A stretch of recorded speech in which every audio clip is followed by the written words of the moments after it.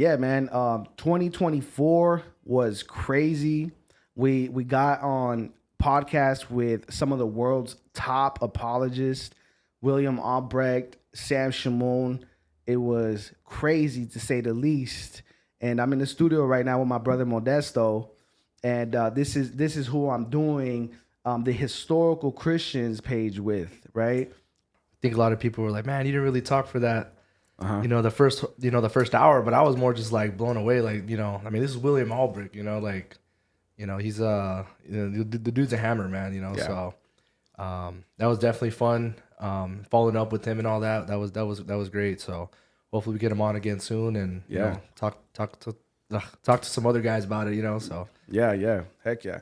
To me, it was crazy, right? Like you're on the screen with somebody that the St. Paul Center calls like to talk about biblical things, and I'm like, who are we? Like we're nothing. Like we're so low on that totem pole. Like, so it was really a blessing to kind of see God do some miraculous things in that way. You know what I mean? Yeah, for sure. And I've always looked at him and like Sam as like guys that like maybe some of the guys like on Catholic Answers, like they go to those guys, for like primary source material. Not that, the guys at Catholic Answers can't get it themselves, but I've noticed definitely like William and Sam are like these guys that, like the more popular names that, the more, I guess, like the normie guys that most Catholics know of. That's who like they're going to William, they're going to Sam, right, for a lot of that information, Yeah. And why would you not, man? They're incredibly smart. They got hours and hours of content, on the canon and all this stuff, Yeah, heck yeah. Yeah, no, I mean, like if Trent Horn and Jimmy Aiken are watching these guys attentively, to learn, like, and I don't know if them specifically, but people like that, right? Like you said, like the normies of the apologetics world, because I guess Sam doesn't really fall in that category because he's not politically correct, right? But I think Sam has been a great example for me. Like obviously Sam's podcast that happened the last days of 2023. So like literally like I think it was Christmas Eve that me and him sat down. And I've been watching him since, and I think I've gotten some of the best Christian advice that I've ever gotten in my life from watching the brother. And he always says, "Don't make him more than who he is," and he always acknowledges that he's a sinner like any one of us. You know what I mean? Yeah. And I think that was huge to see that, because that level of humility and reality is not something that I'm used to. Right. Well, like on that same note, like William, he helped train up Alex with Voice of Reason, who went on to debate James White, and I think universally everybody was like, man, Alex did a really good job against James White, Dr. James White, Mm-hmm. So learning that's who Alex trained under, like that's like, man, William is he's a big name, Yeah. So it wouldn't doubt me that Sam's also helped. I mean, he's helped a lot of people, including yourself, so. Yeah. For sure, bro. Me too, especially with talking to the Jehovah's Witnesses on the corners and all that, and people that come through the neighborhood, watching his videos, looking through his website, and a lot of that stuff was, brand new to me, and it was thanks to guys like Sam, so. Yeah. My understanding of the Trinity is on another level now. You know what I mean? Like, right. Like before, I just believed out of faith. You know what I mean? And yeah, just out of faith, bro. But like now. So for me, like, I'm a cradle Catholic, so like, I just thought that was the only thing. Like, I didn't know there was people that called themselves Christians that didn't believe in the Trinity. I just thought that's what a Christian was. Somebody that believed in the Well, I guess that's true, but I didn't know there was people that didn't. I thought like if you didn't believe in the Trinity, that means you were either like a Jew or a Muslim or a heretic. No, not even. I didn't know that they even existed. It's. I mean, Catholicism is just so big in the West. Especially here in the Southwest. It's like. And then when you grow up, in a household like that, it's just like you start learning about, Mormons, Jehovah's Witnesses. You're like, oh, they're saying they believe in Jesus, but like not the way we do, So when you learn that, you're like, it kind of, throws you for a loop, Yeah. So having guys like Sam out there, especially as you get older, you start to expand and you hear, other people's beliefs. It's definitely incredibly, edifying. Yeah. For sure. I think it's good for your faith to be tested, Yeah. right? And I think that's really the only reason why God allows all of this stuff is like it's like the counter of the truth, and it only actually makes you stronger. Right. You know what I mean? Like a lot of the heresies, like the Arian heresy early on, even though it was such a tragic thing to happen, what it did was like firmly establish what we believe as Christians. Right. You know what I mean? Like the councils met and they're like, no, this is what it is. So I think God makes a good thing out of all kinds of bad things. Yeah. You know what I mean? Definitely. Yeah. 2024 was crazy though, man. 2024 was a huge year for me in my faith walk. You know what I mean? Just from, reverting to the Catholic faith. That was a big thing for me. Just learning about the history of Christianity. That was a huge thing for me. I've always kind of been like a history nerd. You know what I mean? Like I love history, but I always knew that, like, especially as I got older into like conspiracies, like I knew that we were given a version of history that may not be so accurate. Yeah. You know what I mean? So it was kind of cool to dive into that. But we got some interesting things going on, right? Like we're doing rosary hikes, men's groups and things like that. You want to tell people a little bit about that? Yeah, so we started doing rosary hikes recently with honestly like a lot of guys that, they're not even confirmed Catholics, they're just either, kind of discerning if that's the route they want to go. And then there's definitely a couple guys that are, they're cradle Catholics. They've been confirmed and all that. They're kind of just reigniting their faith. Going up South Mountain on one of the more difficult trails while praying the rosary. I was surprised that the first time we did it, how many people came. Right. So this year we got another one. Probably want to do like one a month. We'll see. Summertime Phoenix is not too easy for hikes. So but at least for this springtime, beginning of the year, definitely something that's going to be coming up more. But no, I mean, it was fun. I mean, anytime you can get out there and get a workout in and suffer with your other brothers, I mean, I think it's always fun. Yeah. That's something that I learned in 2024 too, bro. It was like a new view on suffering, right? Because people look at you, like even fellow Christians, whatever denomination they might be, like they'll look at you like, if you're suffering, oh, you're just not believing enough, brother.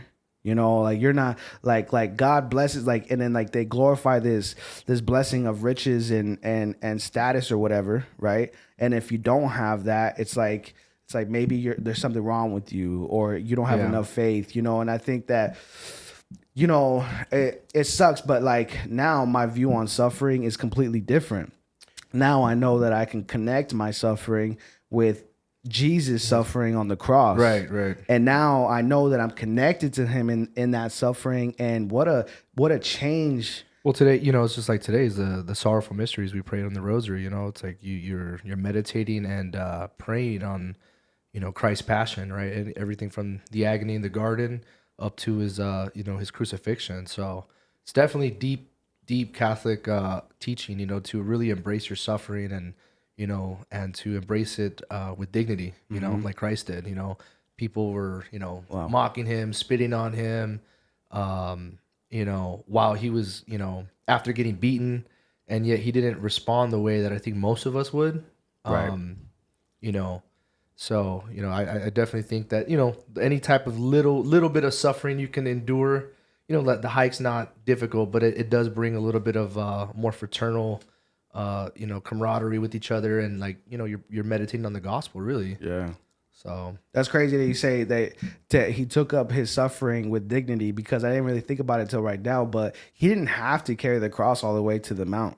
No. He didn't have to. Like, he could have gave up. The soldiers would have grabbed him and took him up there and finished the crucifixion. But instead, he willingly grabbed that cross, carried it to his crucifixion. You know what I mean? So that's intense. Yeah. Suffering with dignity is a dope thing to see, to ponder. Yeah, definitely.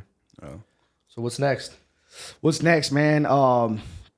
you know, we're hoping to get a Sam Shamoon part 2. If you're watching this, you know what I'm saying, that's what like that's what we want. The people want it. Obviously, it's a cool thing. I think what I want to do is start inviting people that don't necessarily have a name. There's faithful people all across the world, and especially in our city, that could come here and tell us like some crazy stories about their walk and their faith, and you know, like even like the Egyptian lady that I met at St. Vincent de Paul, like she has no internet name, but she has the craziest story about Christianity in Egypt. Right. You know what I mean? So to me, that's interesting. That's amazing. Like, you don't have to be a big name, but you know, well, I think it's good to you know, to talk about that, because I think most people, especially here, most Catholics here that are born and raised here, they don't know about Christianity in Egypt, or you know, even in the Middle East, you know, right,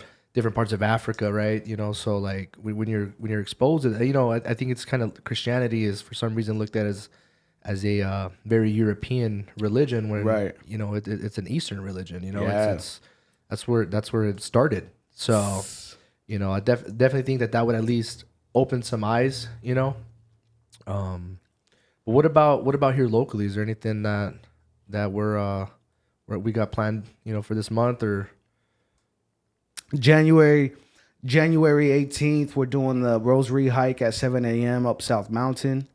Other than that, we got merch coming out, right? So we got some flags coming out, some shirts, some hats. Some of that stuff will be available. I want to start selling some sacramentals too. Like, I think that'd be dope. But I don't want the sacramentals to be by themselves. Like, if you receive a sacramental from us, I want you to also receive like say you're getting a miraculous medal, right? I want you to also receive like a little QR code or a little link that says, watch this to learn about the sacramental you just bought. And like, we just explain like the history of it, like how it appeared, what you know, to who, and what graces, what miracles have happened through these sacramentals. You know what I mean? I think that'd be dope. So I want that to be out there, half because, you know, like the public can have it and we have a public brand or whatever, but the other half is because I want it. Like I want the flag, I want the shirt. You know what I mean? So yeah, I think those are some cool things coming up. I'm not putting too much weight on it. Like my desire for riches and fame is night and day in comparison to what it used to be. Like, I don't even care for that part, but obviously we're still living, and there's like a creative aspect to it, you know what I mean? And an identity aspect to it. So I could wear the hat and like, it's dope. Like, I want to wear that hat as opposed to like an NFL hat, you know what I mean? Right. So Jesse Romero, we met with him. How was that? Yeah, we met Jesse Romero, man. That was sick. It's crazy because like social media is coming to life for us, right? Like the biggest guys. Right. I don't know why God is doing this. You know what I mean? Yeah. And this is somebody that, you know, I've known of probably my whole life, but I've never thought I'd meet him. Yeah. I didn't know he lived here. Yeah. You know, and then let alone that we knew somebody that knew him to where we can go to his, you know, to some of his classes. Yeah. So, that was your kind of first exposure to him in real, you know, in real life. So like, how did you respond to that? You know, was he intense? What, you know, as a lot of his videos were? Like, what'd you think? I think he's more intense in person. You know what I mean? I think he's more intense in person, and I think that's cool. I think that's needed, right? Because passivity has been such a bad thing in the world. You know what I mean? Because of passivity, we have let so many bad things happen. You know what I mean? So to see a man, a Mexican man at that, ex-LAPD, gang squad, like he's like, you know what I mean? Martial arts, yeah. Yeah, you know, and he's always talking about the way spiritual warfare. Well, yeah, like the way he talks about the spiritual warfare, you know, like I know it's real, but like he makes it real, you know what I mean? Yeah. Like, you know, obviously, you know, we don't see a lot of this stuff, but like the way he describes it and brings it back to like the physical world, or he uses certain adjectives that make you like, oh, okay, like I see what he's talking about, it's wild. Like I guess if you're like a non-believer, you might be thinking that he has just a really great imagination, but I mean, I really appreciate it because it makes it really puts you gives you a better perspective on the spiritual warfare, especially 100%. As Catholics, 100%. And yeah, no, for sure. I mean, and he has a lot of experience with it, both spiritually. So and he spoke physically. on that, right, a little bit, on dealing with that as a was it an LA sheriff's deputy, or I'm not too sure. So he did speak on that, like seeing it firsthand, working the gang squads, like seeing the spiritual warfare and how it like crossed into the to the physical world, Right. So I'm sure he's seen some things that most people don't, and then because he's such a on fire Catholic, he probably seen a whole other side that maybe his fellow sheriffs didn't see. 100%. If you think about it, Yeah. Yep. Yeah, no, and that's something that I've become sensitive to too, right? When I see disorder, like I can automatically, like there's signs. There's signs. Like, in the entrepreneur world they say success leaves clues, right? Well, in the spiritual world, you could say good and evil leave clues. Right. So like you'll know them by their fruits. Yeah. I mean, if the car has like a bunch of like crazy stickers, right, and it's like like coexist and rainbows and all this stuff like that, you can automatically you can make some connections. You can make some connections for sure. You know what I mean? So if I'm an officer and I'm pulling up to a house and I can see these signs, right, where maybe they have like a upside down like pentagram or like some beliefs that are dark, and you already know what you're stepping into. Yeah, you know what I'm trying to say. Or like Santa Muerte stuff. I'm sure he's seen a lot of that at work in LA, working the gang squad. So I was probably to the average cop that maybe isn't a believer, they just think, oh, this is just a weird belief these guys have, but he knowing the reality is like, oh, like this is real. Yep. So he definitely worked the spiritual warfare, firsthand, Yeah. And he's still doing it, I mean, hearing that they went to a satanic conference a couple years ago in Scottsdale. And yeah, like that, I mean, that's crazy, and then he's like talking to the police chief over there or the police lieutenant, whoever, and they were saying that, hey, like normally everybody's all calm, but you guys came out here and like, even though you weren't part of it, they didn't see you guys, like there was like some disorder amongst them, amongst their ranks, so like, I mean, what could that be? I don't know. I mean, coincidence, I guess, but yeah. I think not. yeah. No, it is. It's definitely, it's real. It's powerful. It's happening, whether we like to admit it or not. I'd like to talk to him too. Like maybe he could come talk with us and like, describe some of this. I'm sure he has a better way of, explaining it to people. Yeah. Because sometimes if you explain it, the average person may be like, oh, okay, I don't, they won't pick up what we're saying, but I think he has a really good way of describing the spiritual warfare. Yeah, for sure. That and that is something to look out for. Like we have sent the invite, so we're just praying on it, being patient, and hopefully we'll bring Jesse Romero into the studio here and give you guys a treat, on some spiritual warfare stuff. Yeah, definitely. Yeah, for sure. But so I brought something, right? I brought this flag. And this is the Cristeros flag. When in Mexico, upside down. There you go. The Mexican government went to war with the church. And they would literally... Can we see it? Yeah, I think they can see it. Can you see it? Yeah, so the Mexican government literally went to war with the church, and they would literally pull up inside mass while mass was being had, and they would shoot the place up and other crazy things. You know what I mean? And I think that when I learned this history of our people and our faith, it connected me even more so. Like these are my people. This is my blood. Yeah. And I have a connection with them in so many ways. Yeah. And and learning the story of Jose Sanchez del Rio, this young kid, I think he was like 13 years old, and they literally cut the bottom of his soles and made him walk to his gravesite, and in front of the town, in front of his parents, they told him to say death to Christ. And they wouldn't have killed him had he said it, right? Yeah. They told him, we won't kill you. We'll still give you a chance. But you have to say death to Christ. So this is how you know. To me, we were talking about, good and evil leave clues. Well, what draws somebody to do that to a 13-year-old, Yeah.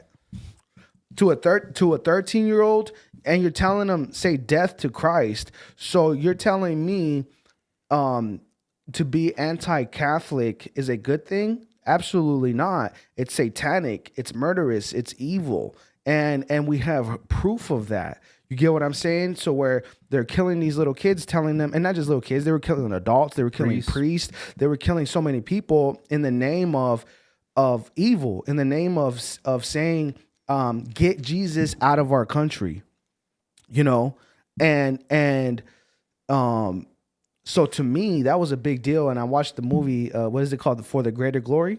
I believe so, yeah. Yeah. So that was big. You watched the movie? Yeah, I have. It's been a few years, but I've watched it before. Yeah. It reminds me of like the early Christian martyrs under, I think it's Emperor Diocletian. Mm-hmm. The way Diocletian would oust Christians was when they would have to go to the town square or wherever they would have to offer up incense to the Caesar. And that was like a form of worship, like you're giving worship to Caesar, to Lord Caesar, right? Right. And Christians at the time, this is prior to Constantine, they wouldn't do it, obviously. And so that's how Diocletian was ousting these Christians, and that, like, that was what, 1700 years ago, and then 1928 comes around, and there's this young little kid, our people, right, Mexico, very similar story, So yeah, that definitely, I had the same experience learning about that a couple years ago. Yeah. It's crazy because that's a history that people don't know.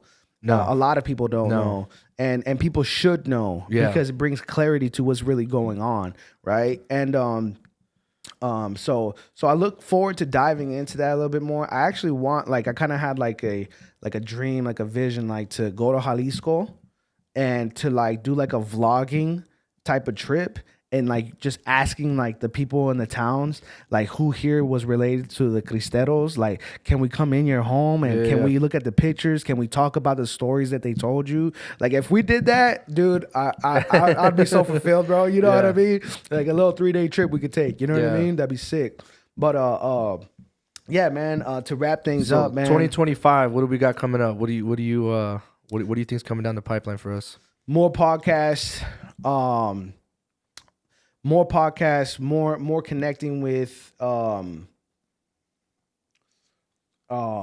people, more in-person stuff, some local guys, some local people for sure. Yeah. And using this platform to full circle come around and make it a physical thing, right? I can't just be on the internet. You've seen how it is when you're evangelizing on the internet or whatever it is. There's a lack of respect, a lack of reality, and I think that these conversations need to be had in person more often. So figuring out a way to turn these podcasts into in-person situations, right? Where we get the opportunity to invite people to the podcast, but